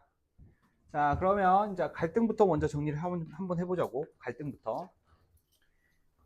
갈등으로 정리하는 부분들은 이제 발췌될 수 있을 만한 부분들을 말하는 거야. 발췌될 수 있을 만한 부분들. 자, 일단 첫 번째 갈등의 요인부터 좀 보면은, 적강하는 부분, 이건 특징으로 정리 한번 해보고, 숙향이 5살 때 금나라가 쳐들어와 가족과 헤어지는 부분, 아니야. 이건 절대 출제 안 돼. 자, 그리고 선녀가 나타난 부분, 이것도 출제 안 되고, 자, 중요한 거는 이제 장승상한테 의탁돼가지고 길러지는 장면부터 시작하면 좋을 것 같아. 어찌됐건 간에 원래 김전 부부 사이에서 월화의 선녀였던 숙향이 다시 인간의 모습으로 태어나게 되지. 맞아? 인간의 모습으로 태어나게 되고, 김전 부부 밑에서 잘 지내다가, 김전 부부한테 이제 그 도적이 침입해가지고, 가족과 헤어지게 되는 거잖아. 마치 금나라가 쳐들어와서 가족과 헤어지게 되는데, 이때 버려져. 마을에 버려져. 까나내기가. 근데 그때 그 장승상이라고 해가지고, 장승상이면 직위가 높았던 사람들이지. 장승상 때 부부가 아이가 없어서 막 고민이었거든. 그러다가 마을에 정체모를 아이가, 맞죠? 정체모를 아이가 버려져 있다는 소문 듣고, 아, 우리 잘 됐다, 쟤 입양해서 키우자 해가지고 키웠던 게 이제 그 숙향인 거야. 그래서 장승상이라는, 맞죠? 지체 높은 집안에서 숙향이는 초반에는 엘리트 코스를 밟으면서 잘 커. 맞아? 승상내 집안이다 보니까, 뭐 어때? 어렸을 때부터 뭐 귀중 여인에게 지켜지는 법도라든지 글이라든지 뭐 수익기라든지 뭐 이런 것들을 막 엘리트 코스를 밟으면서 잘 자라는데, 거기에서 시비 있지, 시비. 장승상 때 그 장승상의 집에서 그 일하고 있었던 시비, 즉 몸종 중 한 명이었던, 자, 누구? 사향. 자, 장승상댁 12인 사향. 사향의 모함으로 인한, 자, 모함으로 인해서, 자, 시련을 겪게 되지. 됐어? 자, 사향 세모 표시 치면 돼. 자, 여기서 비슷한 이름이 많이 나오거든. 사향 나오고 매향 나오고 무슨 향 이름 가진 애들이 많이 나와. 주인공 숙향인데, 숙향은 이제 중심 인물이지만 사향 초반 부분에서는 사향이 빌런이고 후반 부분에서는 매향이 빌런이야. 맞지? 자, 사향의 모함을 받아가지고 이제 시련을 겪게 되는데, 읽어보면 알겠지만 이 시련은 어떻게 극복해? 그렇지. 자, 초월적 조력자의 도움으로 극복하고 있다는 것을 확인해 볼 수가 있겠지. 맞아?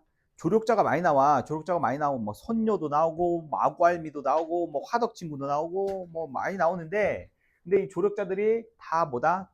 초월적 인물이다. 초월적 인물이라고 하는 것은 숙향이 무슨 인물이었다는 것을 반증한다. 적강된 인물이었다는 것을 반증한다. 오케이? 자, 그리고 또 두 번째 빌런은, 자, 두 번째 빌런은 혼사장이에요. 혼사장애. 두 번째 발췌될 만한 부분들은 혼사장의 모티브가 나타나는 부분이거든. 자, 첫 번째 갈등은 숙향이 겪는 갈등을 중심으로 나타나잖아. 맞지? 여기서 이제 갈등을 겪는 주체는 이제 숙향이야. 숙향이 갈등을 겪는데, 근데 이제 혼사장의 모티브에서는 숙향이 갈등을 겪는다기보다는 숙향과 결연 관계에 놓여 있는 이선이라는 남자 주인공. 그러니까 숙향이 여주고 이선이 남주라고 생각하면 돼. 작품의 제목은 숙향이긴 하지만 그냥 주인공이 두 명이야. 남주 여주 세트야. 걔네가 원래 천상계에서 서로 인연이 있었던 존재였어. 그런데 원래 천상계에서는 어때? 연애가 금지야. 연애가 금지. 연애 금지인데 이 새끼들이 옥황산지 몰래 꽁냥꽁냥 대다가 이놈 새끼들을 봐라 하면서 지상계로 쫓겨났단 말이야. 근데 숙향은 개고생하고 이선은, 남자 주인공인 이선은 약간 좀 편하게 지냈다라는 게 좀 킬포인트야. 킬포인트야. 그게 작품 서사적으로 되게 중요한 역할을 의미한다고 볼 수가 있거든. 중요한 의미를 가지고 있다고 볼 수 있거든. 일단 천천히 설명을 하면은, 자, 일단 혼사장의 모티브는, 자, 이선, 남자 주인공이야. 남자 주인공. 남자 주인공인 이선은 부모의 반대로 인해 가지고, 자, 이루어지지 못한다라는 것을 확인해 볼 수 있어. 이선의 부모는 왜 반대했어? 왜 이선이 자기는 숙향이라는 여성과 결혼하려고 하는데 왜 이선의 부모가 반대했어? 숙향의 신분이 어때? 숙향의 신분이 원래는 장승상 밑에서 켰지만, 중요한 거는 사양의 모함으로 인해서 집에서 쫓겨나가지고, 맞지? 모함을 받아가지고 집에서 쫓겨나잖아. 자기가 이제 나오잖아. 그래가지고 너무 화가 나가지고, 내가 이런 모함을 받다니 진짜 짜증나서 죽어버릴 거야. 해가지고 강에 몸을 던졌는데, 근데 조력자들이 도와줘가지고 이제 살아나게 되고, 그러다가 마고할미라는 조력자에게 의탁이 된 채 그렇게 살아가고 있다가 이선을 만나게 된 거잖아. 맞지? 근데 이선과 이제 결연이 되는 그 과정 속에서 이선의 부모가 이제 숙향과의 결연을 반대한 이유는 뭐냐면, 숙향이 지금 현재 누구 밑에서 누구 밑에서 커가고 있어? 마고할미라는 사람 밑에서 크고 있는데, 이선의 부모 입장에서는 이선의 아버지가 이위공이라는 사람인데 이 사람은 어느 정도 지체가 좀 높아. 그렇기 때문에 자기 아들도, 맞죠? 자기 아들도 약간 좀 신분이 높은 여성과 결연이 되었으면 하는 바람을 가지고 있는데, 부모도 없는 할머니 밑에서 크고 있는, 자, 그런 숙향이라는 그 여자애랑 결혼한다고 하니까 부모 입장에서는 어때? 반대를 하는, 맞죠? 전형적인 모습이 나타나고 있다는 거야. 그래서 반대를 하는 이유는, 자, 바로 그렇지, 신분의 차이로 인한 반대다, 이렇게 생각을 해보면 될 것 같아. 자, 근데 이러한 혼사장의 모티브는, 자,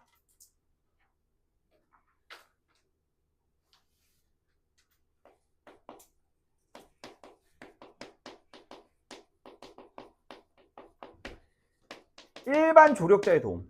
일반이란 표현을 제가 그냥 썼거든요. 있는 용어는 아니지만, 위에서 사용했던 초월적 조력자와 좀 대비되는 느낌으로 좀 썼어요. 자, 그 장승상 이 위에 있는 시련을 극복하는 과정에서는 뭐 선녀라든지 이제 화덕진군이라든지 뭐 이러한 식의 초월적 존재가 나오잖아. 맞지? 자, 근데 이러한 혼사장의 모티브를 극복하게 된 것은 누구였어? 이선의 고모가 혼례를 주관해 주거든. 이선의 고모가, 야, 너가 아빠 있지? 우리 오빠 지금 꼰대 새끼라서 안 돼. 내가 그냥 혼인 주관해 줄 테니까 니도 결혼해라 라고 하면서, 자, 이선의 고모, 일반 사람이죠. 얘는 초월적 존재는 아니고, 이선의 고모가 이제 혼사를 주관을 해가지고 둘은 결혼하게 됩니다. 자, 근데 도움으로 극복하게 되지만 또 다시 이제 헤어지게 되죠. 헤어지게 되는데, 뭐 그 부분은 이제 뭐 자, 그리고 또 어느 부분을 보시면 되냐면, 자, 세 번째.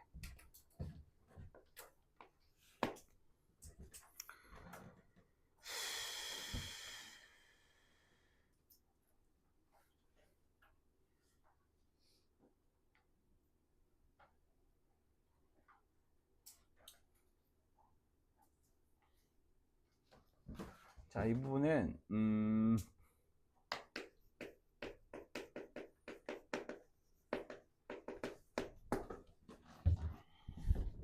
자, 공주의 모호한 부분을 좀 보셔야 될 것 같은데,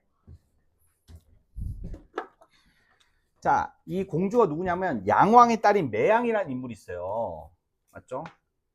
양왕의 딸 매향. 약간 좀 김진옥전이랑 비슷해. 원래 양왕이 이선희를 사위로 삼으려고 했는데, 이선희가 얘는 숙향밖에 모르는 바보, 로맨티스트였단 말이야. 그때 거절을 했어. 그래가지고 양왕의 딸 매향이, 맞죠? 근데 김진옥전에서 나오는 공주와는 달리 걔네는 진짜 완전 가난무독한 년이고, 걔네는 맞아. 근데 얘는 그 정도까지는 아니고 황후가 아픈 사건이 있었는데, 황후가 아픈 사건에서 이제 약을 구해야 된단 말이야. 맞지? 자, 이게 무슨 모티브랑 연결이 되냐면 구약 모티브랑 연결이 되는데, 이제 황후가 아픈 상황에서 그 약을 구해야 되는 그 상황에 놓여져 있었어. 그 약을 구해야 되는데, 그 약을 구하는 일에 매향이 누구를 추천하냐면 이선을 추천하는 거야. 오히려 좋은 일 아닌가라고 생각할 수 있겠지만, 약을 구하지 못하면 어떻게 되는 거야? 죽음을 맞이하게 되는 거야. 맞지?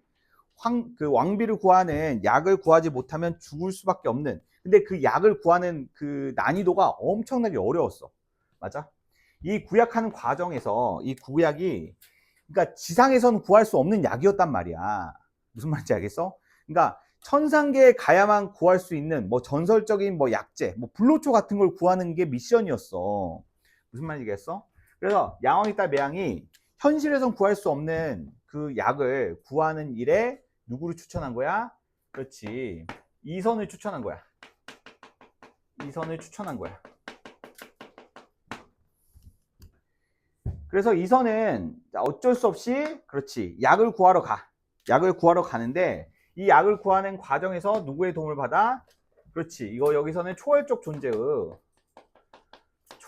존재의 조력자의 도움을 받아서 약을 구하게 됩니다. 됐어요? 자, 그러면 이 작품에서 이 각각의 발췌될 수 있는 이 갈등 부분과 그것의 해결 과정에서는 무엇을 빼놓을 수가 없다? 조력자의 존재를 빼놓을 수가 없다라는 그 포인트를 잡으실 수 있을 것 같아요. 알겠습니까? 자, 매향 세모해 주시고, 이선의 부모도 세모해 주시고, 이 빌런들 세모 각각 해 주시고. 자, 특징 보도록 하겠습니다. 특징.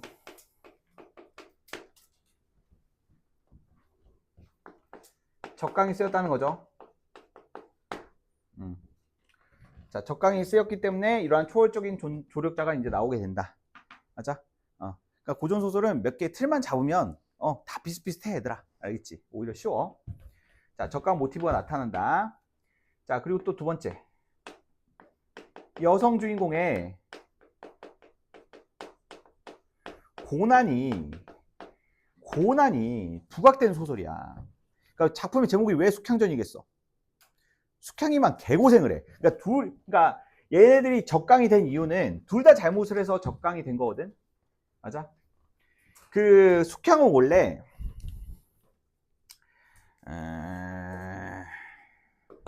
자, 숙향은 월하 선녀였고, 자, 그리고 이선은 태을진군이었어. 맞아? 자, 태을진군이라는 말은 그런 거에 신경 쓸 필요 없이 태을진군은 그냥 천상계에서 부여되는 그 벼슬의 명칭이라고 생각하면 돼. 맞아? 그리고 월하 선녀였으니까 옥황을 모시던 시녀였고, 맞지? 자, 얘네 옥황의 명에 따라서 움직이는 신하였고, 얘는 옥황을 모시는 선녀였어. 일종의 궁녀였다고, 궁녀. 맞아? 궁녀가 신하랑 사랑에 빠진 거야. 그러니까 옥황 입장에서 어때? 이 새끼들 무서워 하면서 얘네들을 둘 다 적강을 시킨 거지.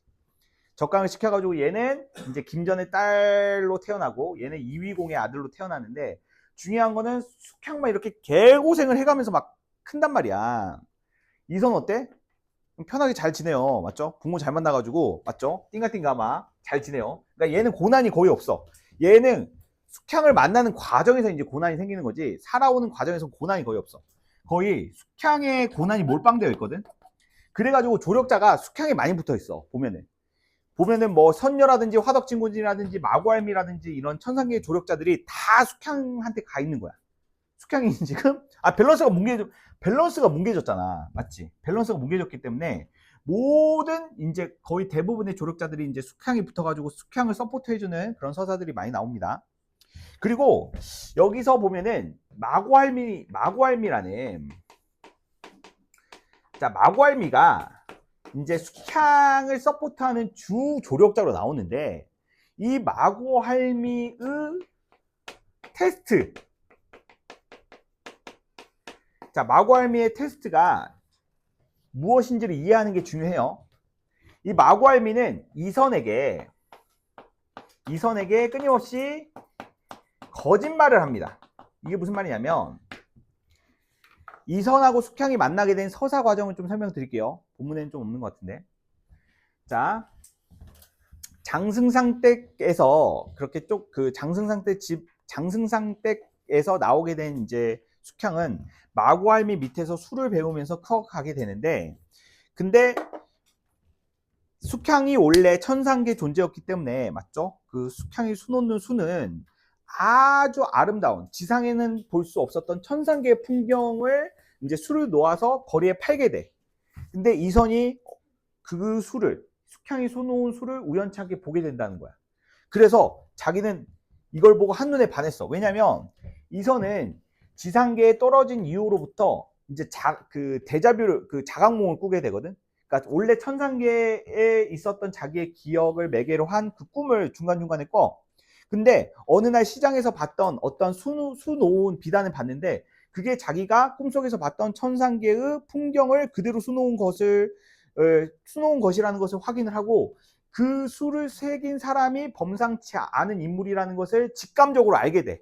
뭔가 운명적인 끌림이 있다는 것을 알게 돼. 그래서 그 수놓은 사람을 찾기 위해서 마구알미를 찾아가고, 그 마구알미한테 도대체 수놓은 사람이 누굽니까? 그 사람을 좀 만나야 되겠습니다 라고 했더니, 이제 마구알미가 사실 내가 키우는 딸이야. 그래요? 저 마침 미혼인데 저 소개시켜주면 안 돼요? 그때부터 마구알미가 계속 거짓말로 테스트를 해. 사실 우리 딸이 병신이야. 팔 다리 없어. 괜찮아? 뭐 이러면서, 그러니까 말도 안 되는 거짓말을 하는 거야. 그러니까 왜 테스트를 하겠어? 왜? 봐봐. 이선은 얘 졸라 편하게 컸잖아. 근데 숙향은 밸런스가 붕괴됐단 말이야. 계속 시련과 고난을 겪었어. 그래가지고 이선이 숙향을 사랑하는 마음이 진심인지를 끊임없이 테스트를 하는 거야. 맞아? 그러니까 마구알미는 진심으로 숙향을 아낀 거지. 맞아? 근데 사실 마구알미는 그걸 알고 있었어. 숙향과 이선이 원래 천상계 때부터 인연이 있었다는 것을 알고 있었어. 근데 그럼에도 불구하고 그 둘의 인연이 맺어지는 과정에서 끊임없이 이선을 테스트한 이유가 조금 납득이 안 될 거야. 납득이 안 되는 이유는 아까 말씀드렸듯이, 자, 이러한 그 세계관이 공유되어 있다라고 볼 수가 있을 것 같은데, 그 천상계의 존재가 지상계로 떨어지는 그 적강의 과정 속에서 이 천상계의 그 원래 존재였던, 전생에 존재였던 이 그 인물들의 그 성격이나 이런 것들이 지상계와는 독립적으로 연결이 된다라는 인식이 적강 모티브에서의 설정이야. 무슨 말인지 알겠어? 그러니까 얘네들이 원래는 각각 이러한 신분이었지만, 이러한 신분과는 상관없이 지상에 태어났을 때는 이러한 신분과는 상관없이 독립적으로 태어난다는 거야. 그래서 이제 마구알미는, 그러니까 태의진군이 환생한 이선이가 잘 컸는지, 얘가 인성 대바라지지 않고 잘 컸는지를 확인하는 거야. 무슨 말인지 알겠어? 계속 거짓말을 합니다. 알겠지? 그것은 무엇을 위한 거짓말? 숙향을 위한 거짓말이라는 사실을 자, 여러분들이 잘 이해를 해주시면 좋을 것 같아요. 자, 이 정도. 자, 숙향전은 더 정리할 겁니다. 계속 정리할 거예요. 계속. 건덕지가 많아요. 제가 말씀드렸잖아. 300페이지라고. 맞아? 아직 풀지 못한 썰이 더 많습니다. 자, 숙향전은 앞으로 계속 자, 보도록 할 거고요. 자, 오늘 고생하셨고, 자, 선택 과목 주간지 수령 안 하신 분들 수령하시길 바라고요. 자, 5월 3주차 모의고사 꼭 푸시고 해설 강의 참고해가지고 자, 도움 받으시길 바랍니다. 알겠죠? 자, 그리고 오늘 클리닉 하실 분은 제가 그 질답 신청서 각 자리에 하나씩 둘 테니까 그거 1시 반 전까지 제 책상에 갖다 놓으시기 바랍니다. 알겠죠? 자, 참고로 제가 오늘 3시부터 5시까지 설명이라서 3시, 5시 사이에는 질문을 못 받아드려요. 알겠죠?